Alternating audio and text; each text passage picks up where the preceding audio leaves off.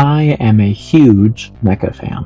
Since my gateway drug of a high-grade Saku to the 0079 anime to the various mangas of both Gundam and other mecha franchises, it's been one after another of me seeking out various ways to enjoy big ol' robots duking it out. Of course, throughout all of these different pieces of media, the games in particular, there's one fantasy that myself and other mecha lovers like me have been searching for: speed and unbridled freedom.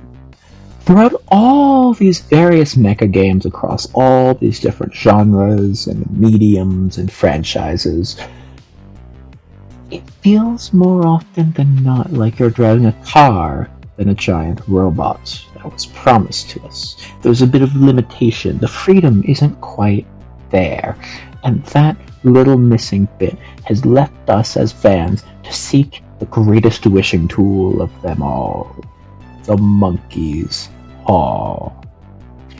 With every wish made and granted, the paw curls a little bit, and unfortunately, such a thing has happened with Mecha Break.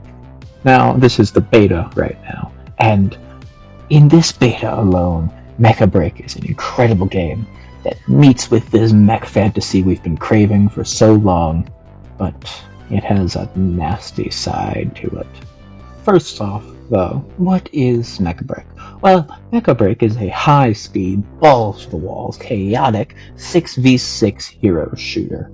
Players take the reign of strikers, a varied roster of mechs, and shoot out into the field of battle, tearing into each other as they fight over various objectives on various maps. Strikers are unique for many reasons, one of them being 2 health bars, fluid health and flat health, with each striker additionally having not an ultimate ability you charge over the course of a match, but simply an array of various abilities and sets of weapons with their own cooldowns and reloads, which creates a unique and constant speed and dynamic of action.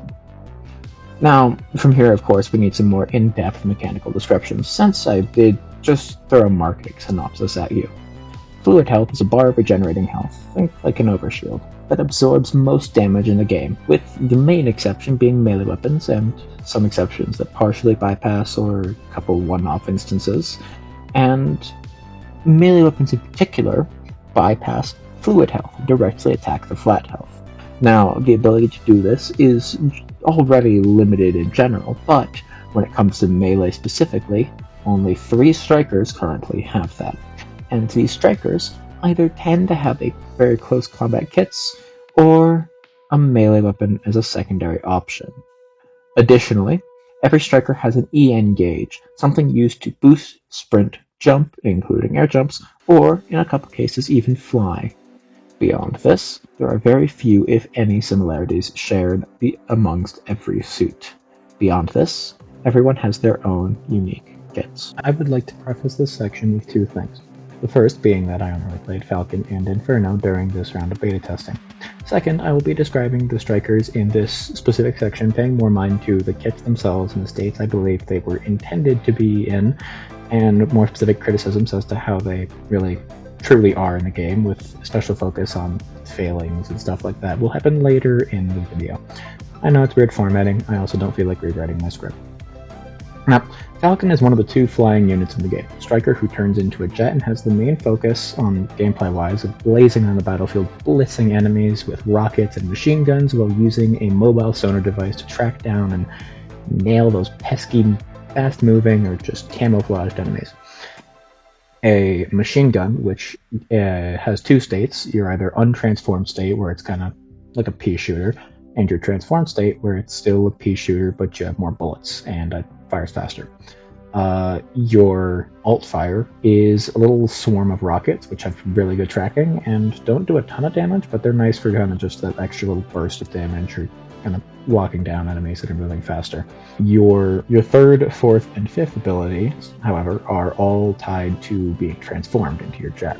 Now, when you do transform, which is an ability in of itself, and this one's kind of nice, you have a 1-second cooldown on the transformation, so you can't just kind of press the button non-stop, but it's still a really short cooldown, which means that it doesn't really... It's not a hampering thing. It feels nice to play with.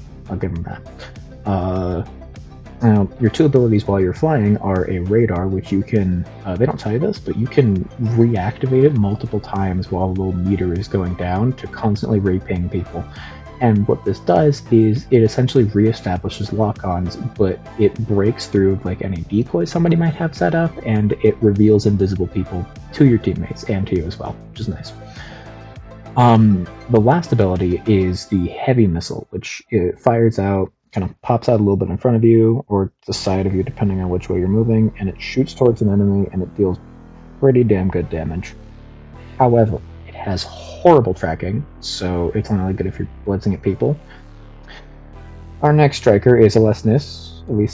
I don't know. The poster child striker, the one you see on the cover for a lot of the games and the marketing, all that stuff. Which is one of the three strikers with melee options currently in the game, and has a rather annoying mechanic to fight against. Alesenus has an autocannon, so a laser pew-pew gun that you can charge up to fire more bullets. It's a burst weapon. You can just kind of tap it to fire a small spread, or you can hold it and it'll charge up a whole big burst of shots. And this can be swapped for an energy halberd, and it's important to note that in this game, there are some strikers where when you attack with their alternate weapon, you swap to that weapon instead of just firing with it outright. Alesenus also has a shield, which you can hold up to block shots from the front while firing, and it has its own separate energy meter that depletes Alesenus takes damage. You have the Gauss cannons, which are nice, quick hit scan projectiles that you can fire out that staggers on enemies, so it can be good for interrupting people trying to do stuff. And it's good burst damage. And then the third ability, which is the airdrop kit. Now, the thing about most strikers, right? When you die, that's it. You're gone. Back to the respawn screen for you. When Alesenus dies, they burst off their armor, and now they're light, and they're faster, they're lighter, they have a sword instead of a halberd, and their weapon is just kind of full auto. And then, once per life, and this is like overall life, not once per spawn, not once per armor burst, you can put your armor back on and kind of go back to that first state. So learning Alesenus is like learning 1.25 characters instead of just one character outright. Now, the issue with this is that every life has its own full health bar. So this means that Alesenus gets 4 lives, which I think you can probably see how that could be annoying. And due to a silly little patch done later into the beta, Alesenus now gets the effect that Inferno has on one of his abilities, which we'll go over when the time comes, making them even more annoying to kill. Next up is Inferno, one of the heavyweight mechs, whose whole kit is just lasers. Your first 2 weapons they're not really anything interesting. It's basic pistol type things you can fire off that are really slow and janky to use, and then a charge shot that fires off kind of like a big little explosive orb. Your second ability is, like your actual ability, you can either use drones to make lasers that target up to 12 enemies at once and can shoot down missiles, which is a very nice little side bit, or you can do one big single target laser, which does pretty nice damage. And let me tell you right now, there is nothing quite as fun as just you seeing stationary, Tricera, and just going, you know what, fuck that guy in particular, and blasting the hell out of him. Now, one of the other things to note is that while you are firing a laser, you can do charge shots while you're firing your lasers, which means you can do a lot of damage like that. Your third and final ability is a sort of decoy thing, right? And this is where I'm talking about circling back from Alesenus. When you activate it, a little meter kind of has its own little meter, and it'll begin to rapidly regenerate your fluid health and your EN, right? Very rapidly. On activation, it kind of boosts your energy right back up out of the red, so it can start regenerating normally, which is very nice. Now, while you dash with this ability, you leave behind these little holograms, right? And the holograms will kind of sit there for a bit, act as decoys to draw enemy targeting, and then they vanish after a bit. Now, circling back to Alesenus for a bit, yeah, every time that Alesenus goes from armored to unarmored, they just get this for 4 seconds. Yeah. And you might be wondering, oh, what about Inferno? Well, with Inferno, you only get this when you dash. When you dash while using Inferno, the meter that is tied to the ability itself drains in like a big chunk, right? You get maybe 5 dashes before it's gone. And And this is like a heavier unit too, so these are shorter, these are kind of shorter dashes that take more time to start up and they're slower. So that's lovely. One other really important thing to note about Inferno right now is the way you manage cooldowns, because you can cancel on any ability early to get a sort of shorter cooldown on it. So if you're using like a laser, right, you pop a laser, deactivate it as soon as possible, the cooldown will be on 4 seconds as opposed to say 16. And same thing for Inferno's 3 ability, the decoy ability. Now we get on to our first tank, Tricera, who is a wall. A wall is a good way to put it. Tricera has 2 Gatling guns, 2 sets of Gatling guns, so you get your primary Gatling guns and your secondary Gatling guns. And you also have self-healing, a howitzer cannon, and the ability to turn into the ultimate perfect evolutionary form, Crab with shields. Tricera is kind of like the mech equivalent of Heavy Team Fortress 2.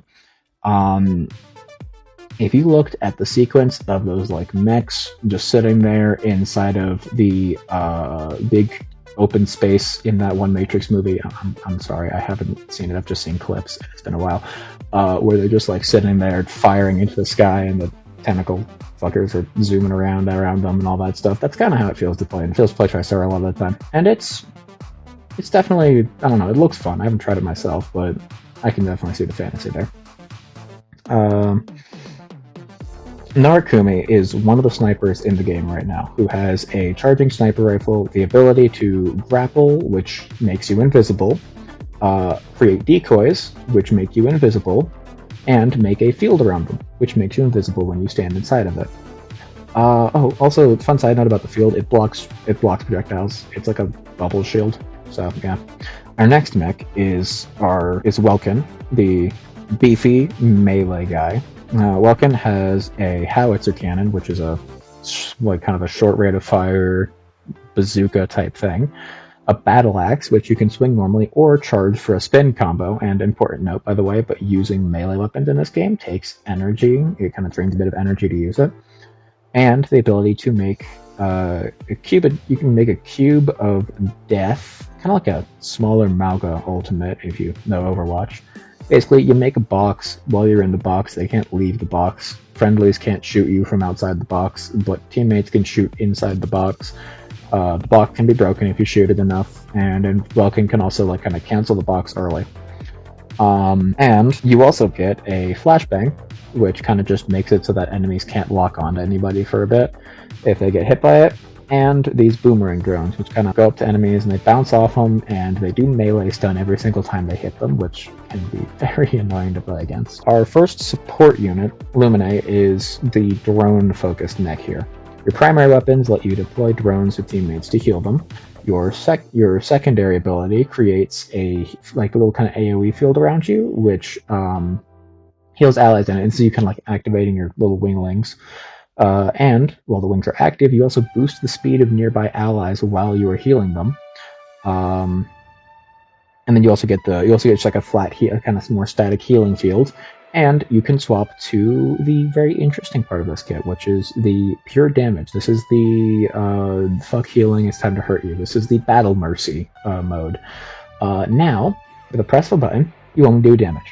Your healing drones are turned into damage drones, which target fluid health, by the way, so that can be very fun little chip damage. And killing someone with those feels very painful, like soul-shattering kind of way to be killed by it. So I'm assuming it feels amazing to get a kill with them.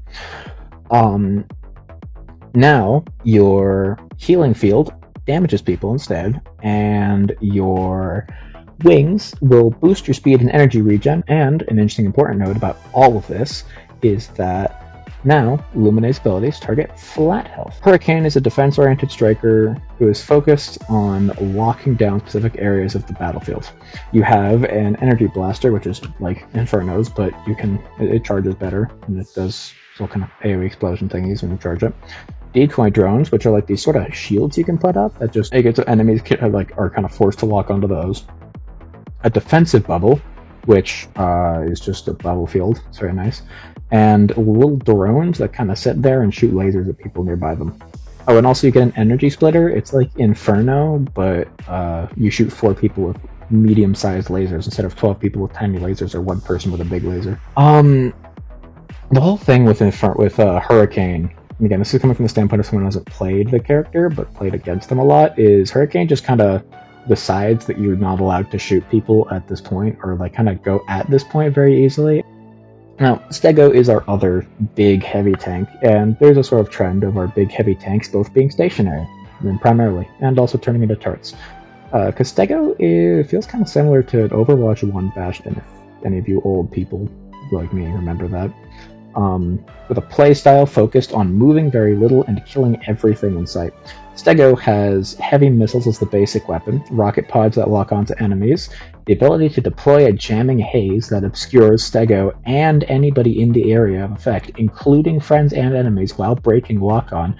And if you're wondering, yes, you can use this if an enemy Stego pops their smoke.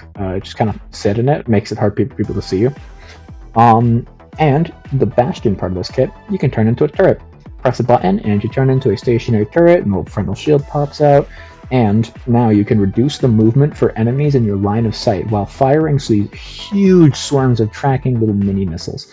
Very scary. Gyrator is the other flyer in this game, which is kind of an alternative to Falcon.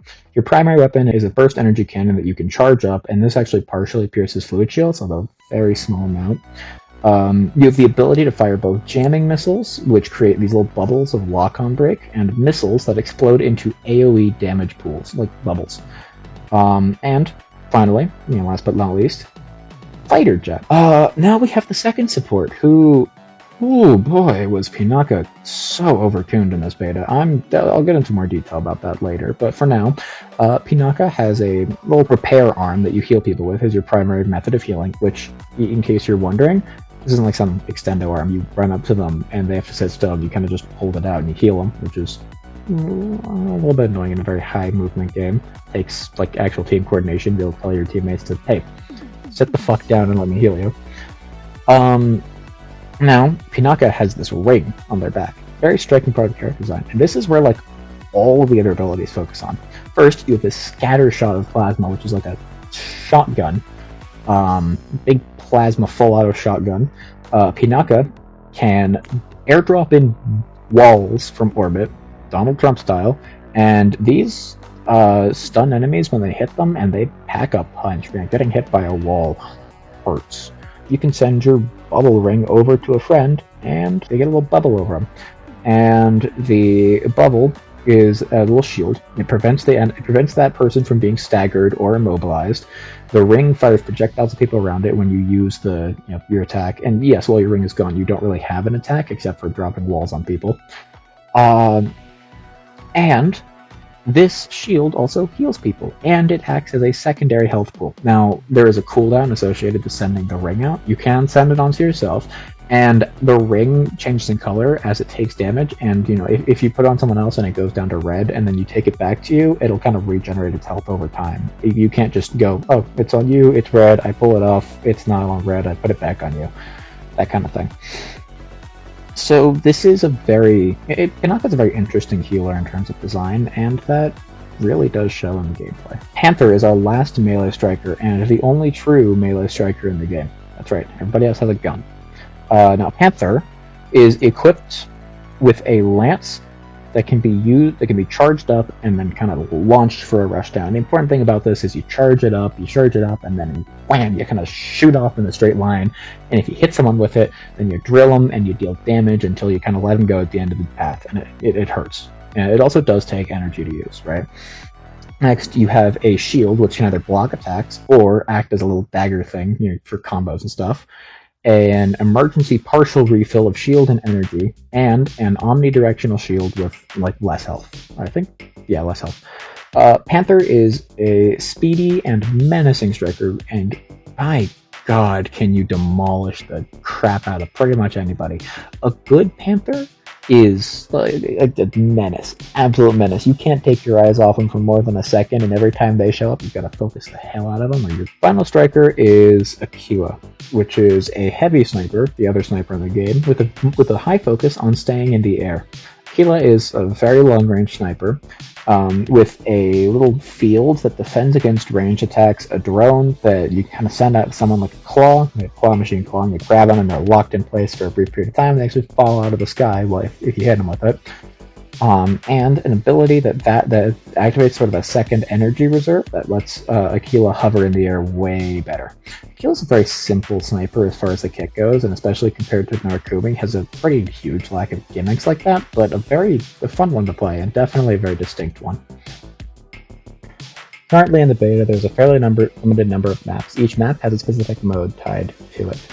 First map is Eye of Mizra, a mode with 3 objective points, each of which periodically spawns data keys. Teams race to grab data keys, 1 per site, and then escort the striker carrying this key to a launch silo. While standing in the launch silo as a key holder, there will be 3 little bars on your progress meter. You fill the progress meter by standing in this radius.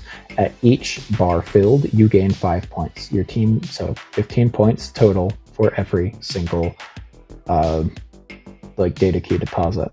Additionally, you gain 1 point per kill. Now, the winning team is the team with either the most points by the end of the match or the first team to 100 points. An additional note about the objectives in general in this game is that if you are, say, capturing a point or grabbing a data key, then taking damage interrupts that process. Directly interacting with items through like a little interact key can be interrupted by taking any amount of damage at all. The map itself is very open, with one more indoor structure, a kind of in-between between indoors and outdoors, and overall very open map. One kind of annoying quirk of this map is the EIC storms, which reduce your visibility significantly, prevent lock-on, and prevent the regeneration of fluid armor while you're out in them. You can get out of them by going inside the building, but it's still annoying when it pops up. The next map is Mercury Shipyards, which is a long map with a mix of enclosed and open section while maintaining a overall linear path, because this is a push mode. Now this one is more interesting. It has 2 payloads going side by side at the same time, 1 for each team, and 1 objective that will spawn periodically as the 2 teams race to push their payload to the goal at the end first, or just gain the most progress. Payloads will push passively by themselves, but having someone stand on them makes them go faster, and having an enemy standing on your payload makes it reverse its progress. When there are 3 points in total, 1 for each section of the map, and the first team to capture a point will gain a flat 10% on their card. Our next map, Graceland Sky City, is a no respawn deathmatch with 3 rounds. In each round, the team with either no members surviving or the least members when time runs out loses. And that's a bit of a misnomer there, though, because when time runs out, there is an EIC storm, which deals damage over time to everybody until there's eventually one team has been fully killed. Best of 2 of these rounds wins. Now, there was one final quirk of these maps, which is on every map there is a spot where you can go to heal, a little station, you interact with it, and then it gives you a little healing drone that'll heal you up a decent deal, and a respawn station, which you can interact with once per map from across both teams and use it to bring back 1 person. One nice thing about this mode is that this specific map, Graceland Sky City, has 3 sort of mini domes that you fight in. Each one has a different layout, which is often very open, like kind of skies, with a lot of kind of places you can move between, buildings and stuff like that. Cape Blanc Observatory is a large and hilly map with 3 main points of interest. At each of these points of interest, some stratum shatter will drop from the sky. Approach the stratum shatter and destroy it to gain a point for your team, or 2 points, because the stratum shatters will either drop in waves of 2, kind of scattered across one area, or 1 big stratum shatter. Capturing this stratum shatter, which requires you to interact with it for a certain amount of time while being really close to it, again taking damage to interrupt this, destroys it, getting you a point for your team. If left alive long enough, then the stratum shatter activates automatically and becomes unable to claim. Team to destroy a specific number, which is 8, or the most of these first, wins the match. The last map is Kraub Sinkhole, a map with a ring of caves surrounding a central and open point over the top of yet more cavernous depths, a little kind of ring. This map is great to fly around in. There's a lot of cover that you can use, so this is a map that strikers have a good, or flyers have a good time on. Panther also really likes this map. There's a lot of different ambush points and stuff like that. And the mod itself is simple domination. There's 3 points. You capture them and you gain points. You gain more points, and more of these capture points you own, and gain points by killing enemies. First team to 1,000 points, or the team with the most points by the time end wins. Now that the setup's done, here are some things that I love about this game.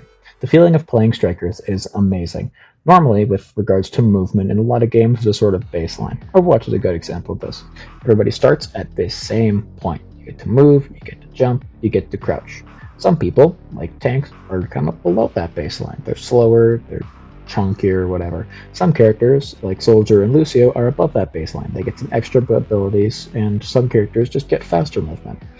In this game, however, it feels different. Yeah, every character gets the same. So yeah, some characters, they're slower because they're beefier, or they've got kind of slower dashes, whatever. But the way that every character can move, it doesn't really often feel like there's a point where it's just like, oh, I'm running and I'm jumping out of spawn to try and get to a fight, and it feels slow as hell.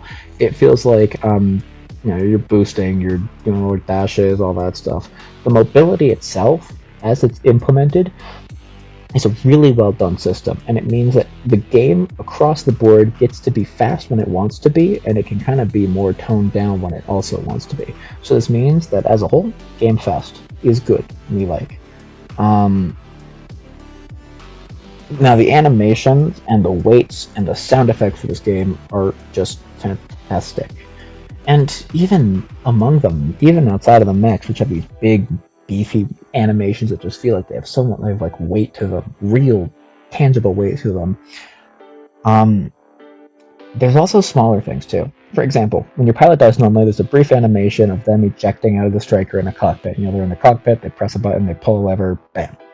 When you start a match, an animation plays of your pilot climbing into the cockpit and then kind of launching out. You get MVP, your pilot pops out of the cockpit and poses heroically in front of the striker. These are some kind of small little details that really help fill out the fantasy of you being a small person in a big robot. And I think that's a thing that some mecha games don't do as well, like Gundam Evolution, for example. That felt like a game where you could replace them with people and it'd still be about the same. This feels like a game where you could replace them with people and it'd be weird and make no sense. Very good thing. The game also has a striking visual style to it. It's got vibrant colors, beautiful animations, simple yet elegant, and I think that's a really good compliment that can be given to it.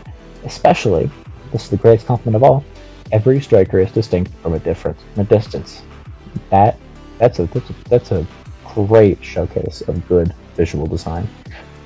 Additionally, this game also has a pretty nice element that's beginner friendly, and it brings great depth, which is how the aiming works. Everyone has this lock-on reticle. All you need to hit the enemy is to have the reticle locked on.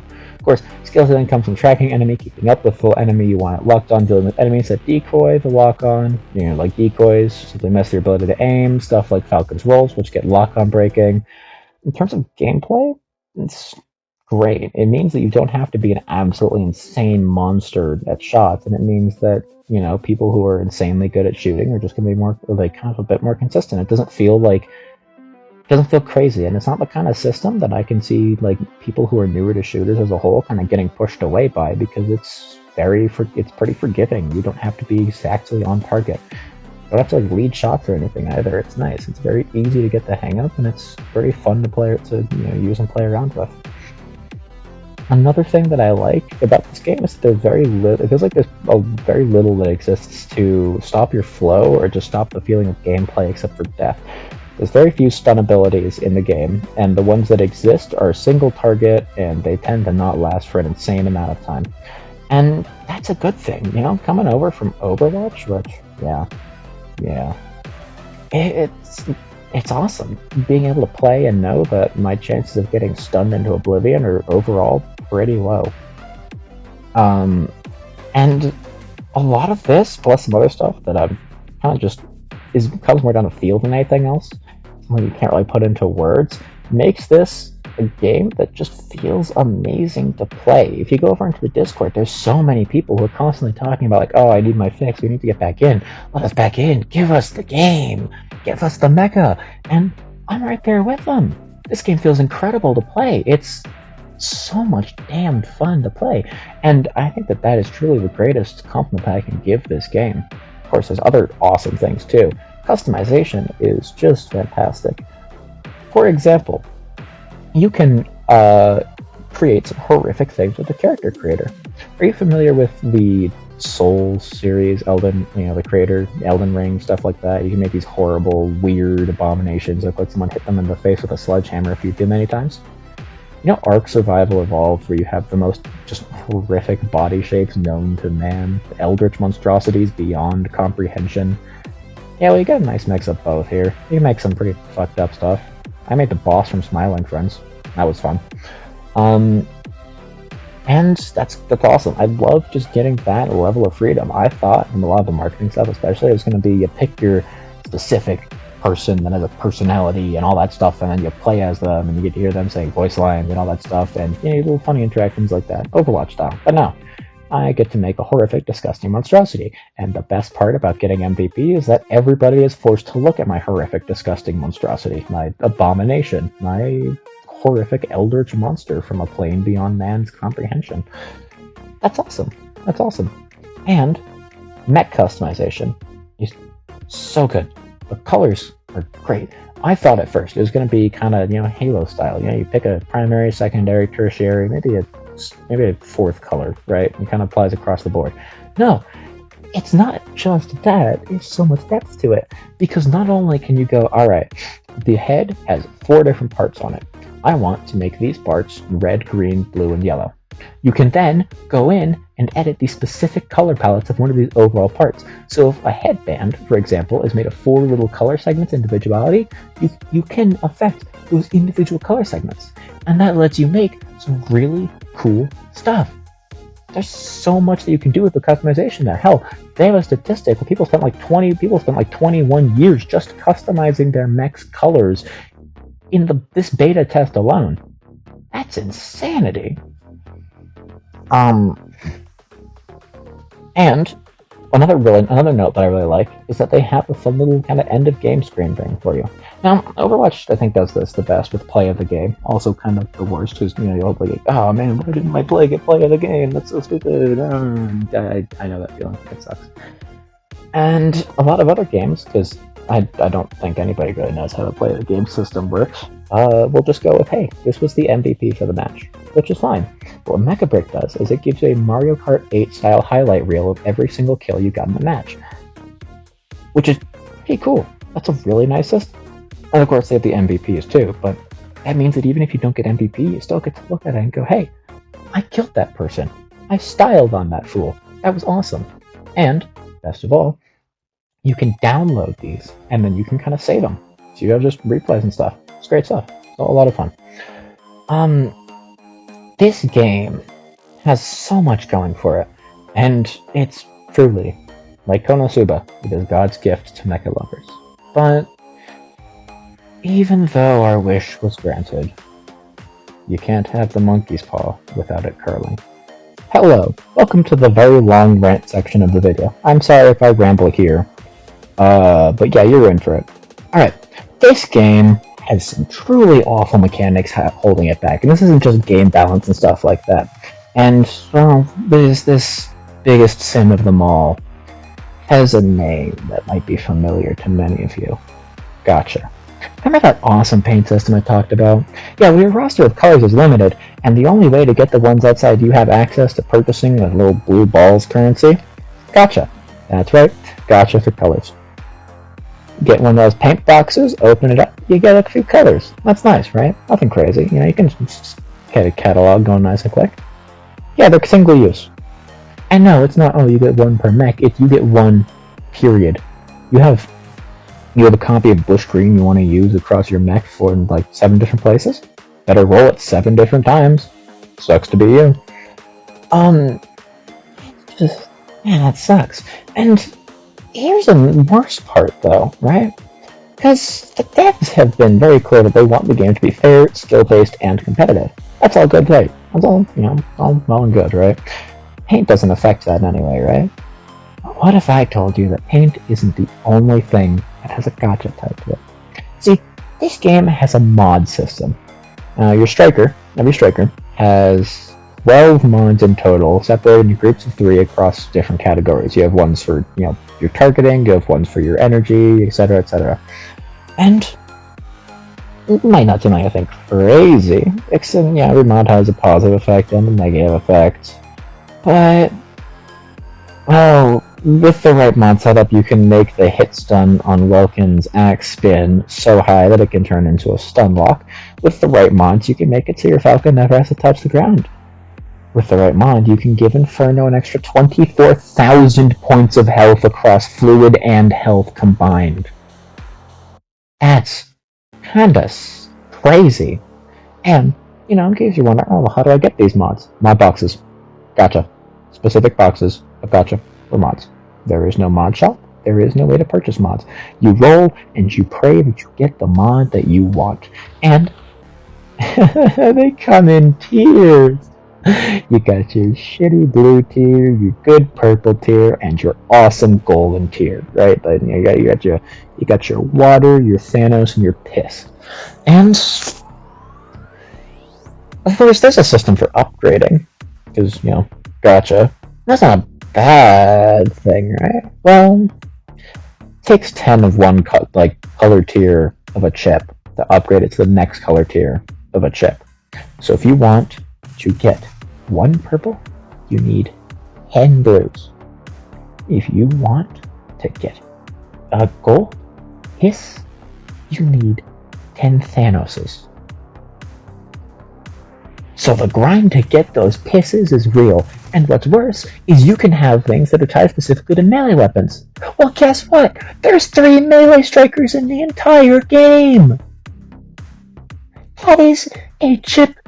There's an entire ability slot that you can get chips specifically tuned for, useless on most of the strikers in the game. And it's really annoying, especially because you want to know how you get these? The Battle Pass. Sure, it's Battle Pass. 2 tiers. Paid tier, free tier. Free tier has only paint boxes. Paid tier has only gacha boxes. Right now, in the beta, we get both for free. I am very concerned, however, about this fact potentially making it into the base game. Because if this makes it into launch, that makes the game essentially pay to win. Or at least pay to get a pretty damn big advantage. And let's go to the currencies real quick, because there's 2 of them. Of course there is. There's the gold cubes, and then there's the blue balls, right? Blue balls are used for purchasing strikers, purchasing little other cosmetic things, purchasing paint. It's kind of like it's sort of like the currency that you just kind of use all over the place, right? And the piss cubes are used for your premium currency. You can buy directly paint crates. You spend, I'm assuming, money on them. Now, here's a little something, and I've talked to more people with this. They feel like it might be a bit overblown, but I think it's still worth bringing up. When you click on the little icons on the UI for both these currencies, a red tick box flashes saying coming soon. For the piss cubes, it makes sense. That's the premium currency. For the blue balls, that's a bit worrying, especially since those affect your ability to get strikers. And how much are these strikers, by the way? You only start with like a 1 or 2, and you've got to buy more of them. So, you need the blue balls. So, how many is the cheapest one? 600? It's not so bad. You get what? You get what? 2,400 blue balls by completing all 3 tiers of a weekly quest. Which, fun little fact about your quest, not weekly, but still, fun little fact about your quest, by the way. You have 3 slots capped out. It costs 30 piss cubes to get all the way up to 6, and furthermore, the quest will give you 600 blue balls, 800 blue balls, and then 1,000 blue balls, respectively, with each tier. But each tier, the quest gets harder. So for tier 1, might be kill 3 Triceras. Tier 2 might be kill 6 Triceras. Tier 3 might be kill 9 Triceras. And this will all be in one match, by the way. So, kill 9 Triceras in one match. Nothing crazy. And the 3rd tier gets you a mod box too, which is nice, right? Now, you get this 2,100 balls total, right? 2,400 balls total, right? And, 600 to buy a striker, right? That's good. Yeah, no, the price fluctuates, and the highest tier is 38,000 balls. That's a lot of balls. And, of course, the mod boxes give you balls, though.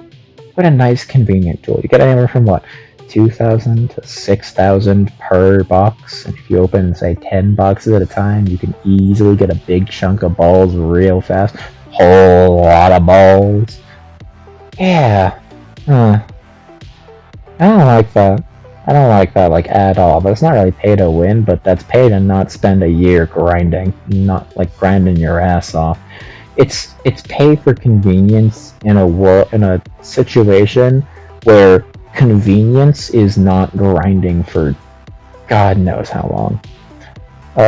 Also, it costs balls to reroll quests, by the way, so yeah, it's fun. This is not good, right? Unfortunately, I'm wondering how do people get all these strikers in the beta then? So they had a sort of head start pack, right? Has an emblem, 400,000 blue balls, 1,000 the premium currency, and some other little stuff like that, right? Also contained, I think, Inferno and like some skins for stuff for Inferno, right? Now, I, like many others, grabbed this bundle. It's free stuff. I'll never say no to free stuff. But some people decided not to. They chose to go through and experiment without it. And, well, here's a quote from somebody on the Discord who was talking about the experience. It's fine at the start, but after you level up your account a bit and you stop getting achievements on every map, your matrix rate gets shut off really fast. Matrixes are the blue balls. The missions don't give nearly enough for being weekly missions. Yeah, weekly missions. It can take months to farm a single striker using weeklies. The missions are also unreasonable if you want to be able to get close to the full amount consistently. Having the 1000 matrix tier be the hardest means that if you're playing at your rank, it is very difficult to achieve. It also means half the matrix in the mission is basically lost unless you meet very specific and very difficult criteria that may involve competing with your own team. Thanks to Ashti on the Discord, I'm sorry if I mispronounced that, we're going through all of this for silence. No, yeah. That ain't good, is it? That's all bad. That's stuff that, I don't know, I'm making a big stink about this. This is coming from a very much Eastern developers. This is more common in their culture there, but the thing is, they're marketing pretty heavily towards Westerners with this round. I mean, it's one thing to have a game where you market it, and get some advertising up, whatever. It's another thing when you market your game at the Game Awards. That's something that a lot of people in the West are going to see and be interested in. And we hate gacha over here. Gacha in our minds is something reserved for like phone games, Genshin Impact, stuff like that. But for this to be in basically a full-on like game like this, that's not a mobile game, doesn't have any of those airs about it, that's bad. That could easily kill it on launch. And that's just, I don't want this game to die like that, so I think that they need to go back to the drawing board on that system.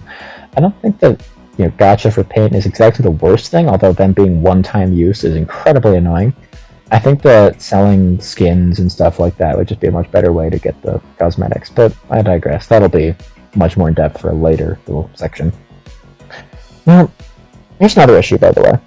Mechanics aren't the best explained. The tutorial kind of sucks for a few reasons, one of them being one that I very much don't like personally. Now, there's a pairing system in this game. Also, executions on melee. Now, if you play the tutorial, you'll be like, wait, where was that? It wasn't.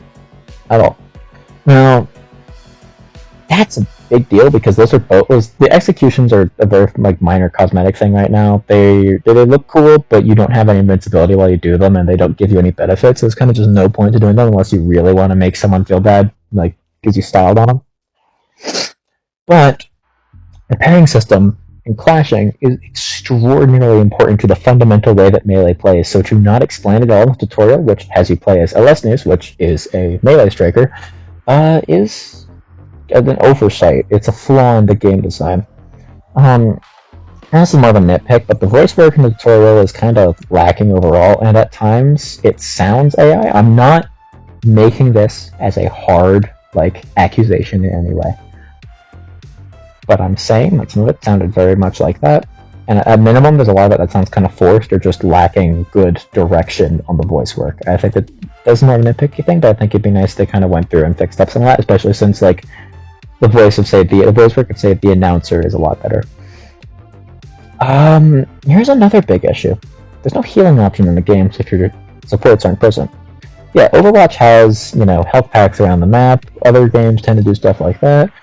And while in this game I love the fact there's no role limitations or role queue, and I think it absolutely should stay that way, they need to make like health kits or healing pools around the maps that you can heal if none of your teammates run crystals.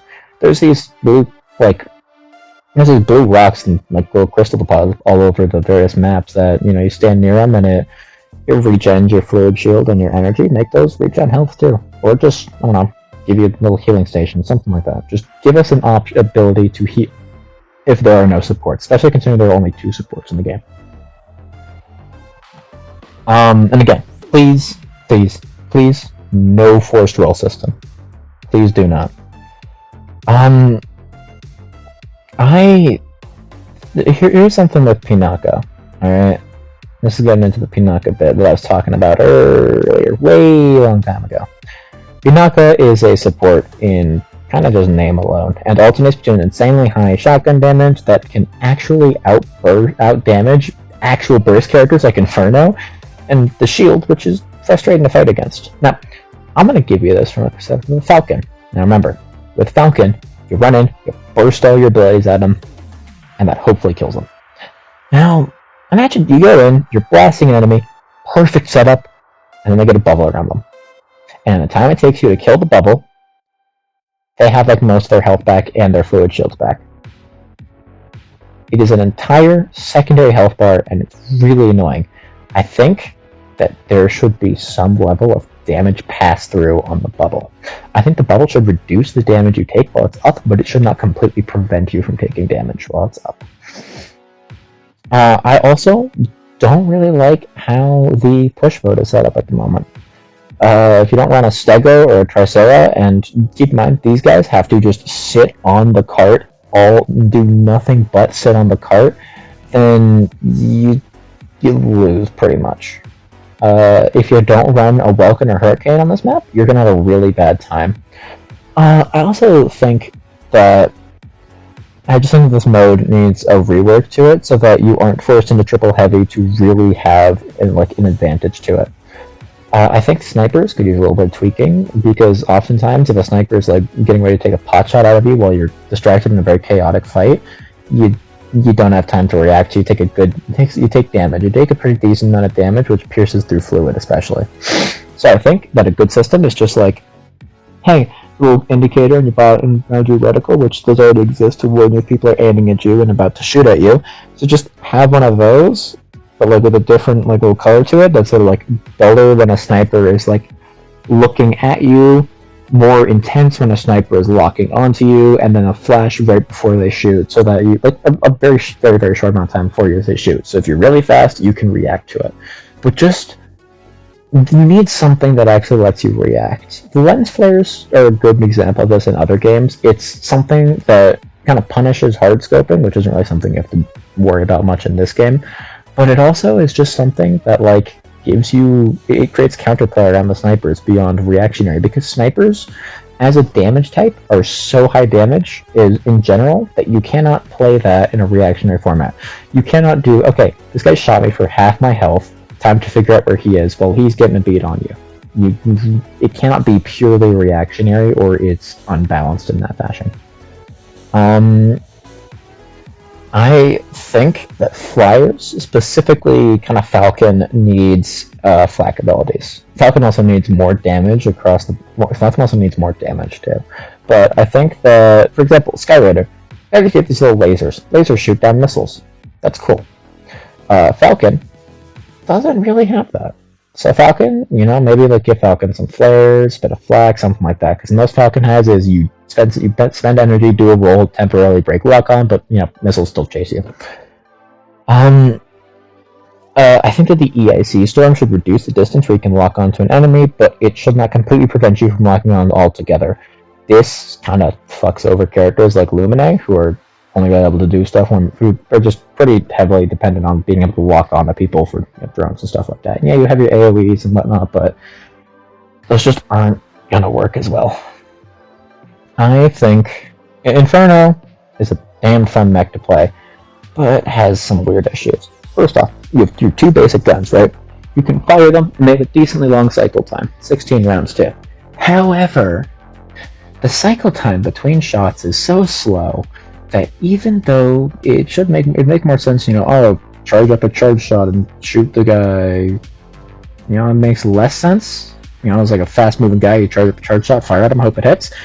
Even though it makes less sense, it still tends to be more effective because it has an AoE and because it deals more damage. The basic shots deal fine damage if they deal fine damage for something that would fire faster.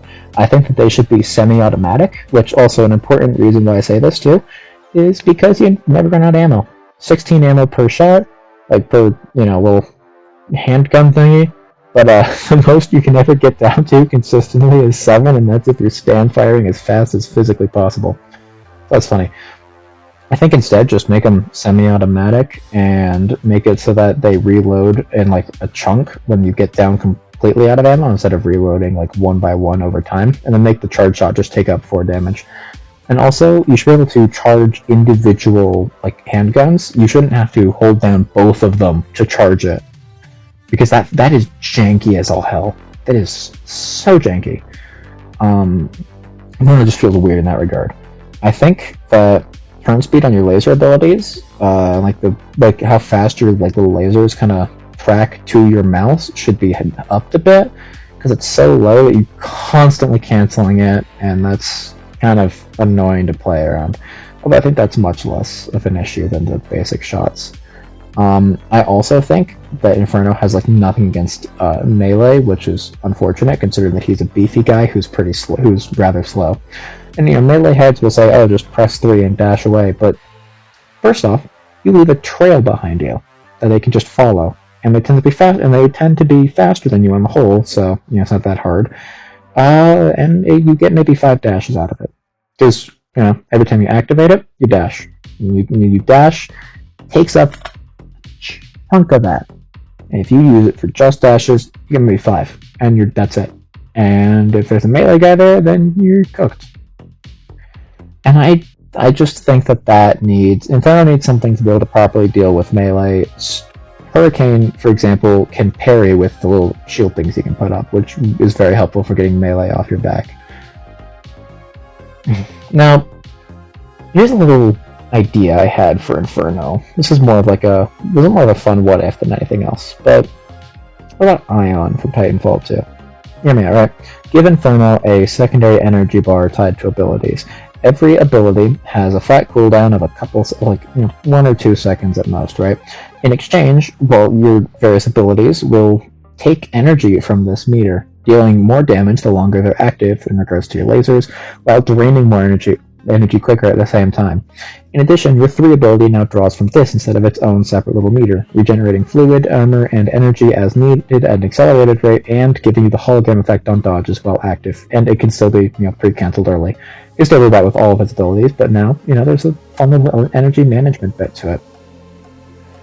I think Welkin needs a bit of tweaks to the basic melee, so you can't spin as fast or get as many stun chains going, because when they do get going, it's very annoying. They box you and they get you in a corner, they just spin, and at that point there's not much you can really do to survive, at all. And yeah, I know it's getting hit by a box, but if they have an ability that just makes you go, hey, you're fucked.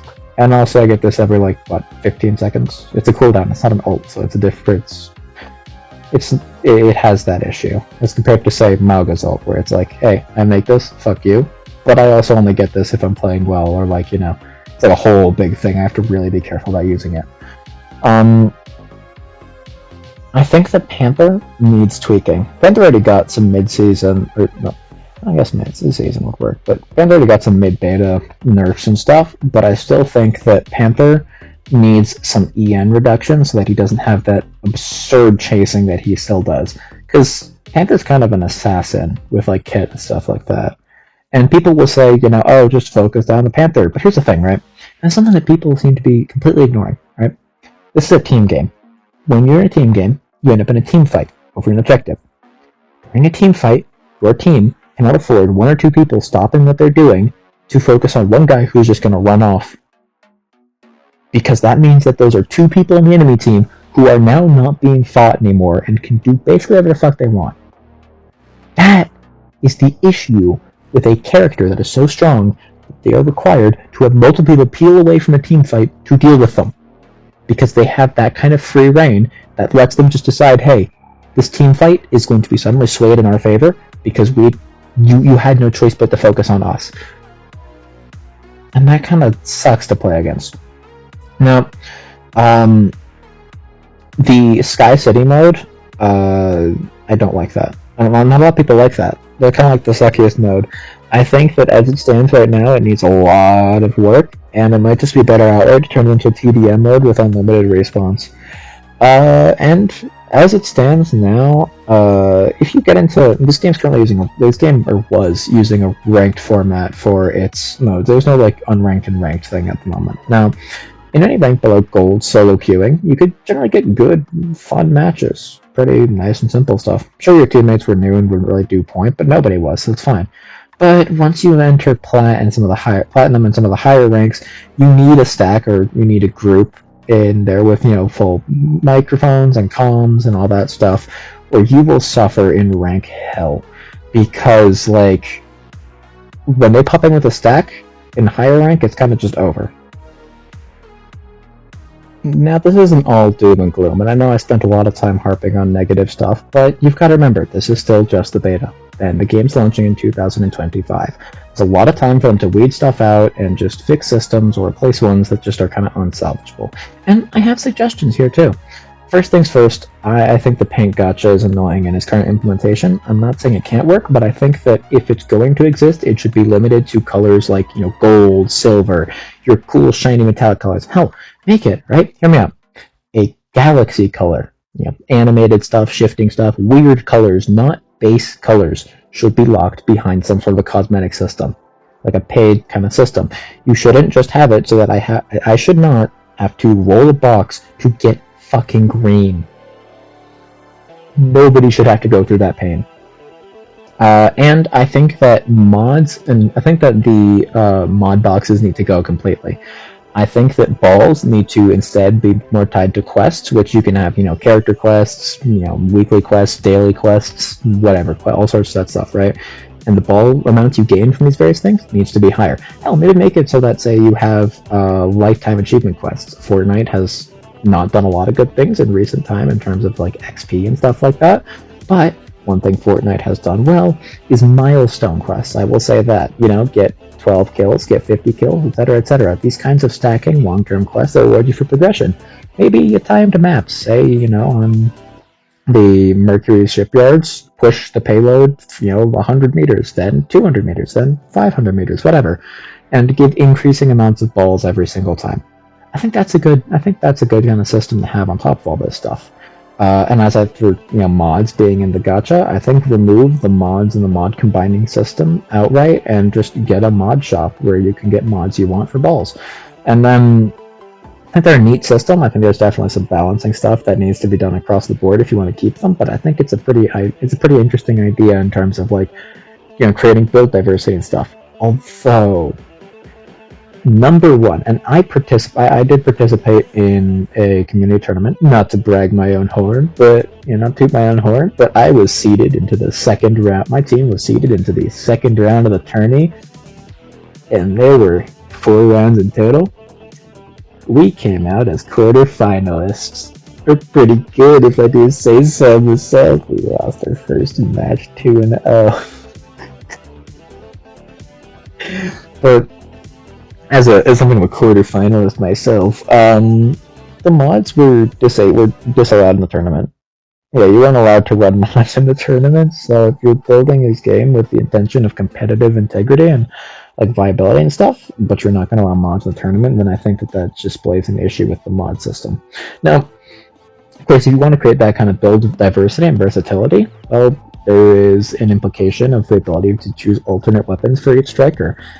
I think that's a good route to go. You look at a game like Exo Primal could be a good indicator for how some of the stuff should be handled, for example. Exoprimal, you've got your different suit variants that have, different kind of weapons, stuff like that on there, and mods are more tied to specific suits than anything else. So, you might have a mod that changes how an ability works with a few different variations. You might have more general mods that change certain other things. But I think that the way it's implemented here, it's not that good, especially since it's poorly explained what half the stats do. The best thing we have for figuring out what each stat affects is a Reddit post somebody made guessing off of observations they made, which seems very accurate, but it could be wrong in some cases, and I think it was in a few smaller instances. So, and that's another issue this game has too, is kind of like communication aspect of the player, but that's the point. And now another idea I have, kind of looking back around a little bit, is on the cosmetic stuff. Hear me out on this, right? Music. You look at it's like Gundam Thunderbolt. The main character, or Io, yes, he plays music in his cockpit. I think that's pretty cool. He's out piloting, he's playing jazz and stuff. I think we should be able to have a playlist that we can set up before matches, and that can play, songs while we're fighting. It can be music made in-house, you can do collaborations with other people to get music from them, etc. And you can sell these as albums or individual tracks in a store. I think that'd be a cool thing. I could see myself spending money to get a sick album track that I can then put on my thing and like my playlist in-game and play that. That'd be a cool little bit of like in-game kind of detail-y stuff. I think that in regards to more non-cosmetic stuff, I think that strikers need to have significantly lower costs, as the much, much more expensive ones are exorbitantly expensive compared to the less expensive ones. Tutorials need to be changed to go over more mechanics, and also I don't like how the tutorial is very much like, you will click this button and we will gray out everything else. You will click this button. You will click this button. That's annoying. Just have a little thing that tells me, hey, go to the hangar. Hey, you should click on this thing. Just let me click around and do other stuff. Also explain others. Also, tell people what the comm system is. I had to spend time figuring out how the social stuff worked, because it took a little bit of time figuring out social stuff because it wasn't explained at all. They just didn't touch it in the slightest for the tutorial. I also think, again, the vocal work needs some tweaking, and if there are AI voices, which again, not saying there are, but if there are, probably best to scrap those. You can look at the finals getting in hot water over that. Still sad we didn't get Gianni in that game. Now, I think that as a fun little idea, you should enable a proximity and team chat with in-game with a sort of voice mic type thing, right? This is the voice chat. And then let you swap between with a button press, sort of you have your squad comms, whatever. And then when a pilot is being executed, or in the kind of final death state of their mech, apply a static overlay to their comms. And then when they fully die, just cut it off with an explosion.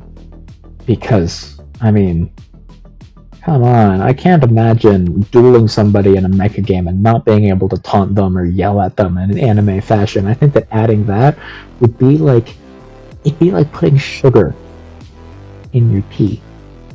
Not needed. It makes it taste nice.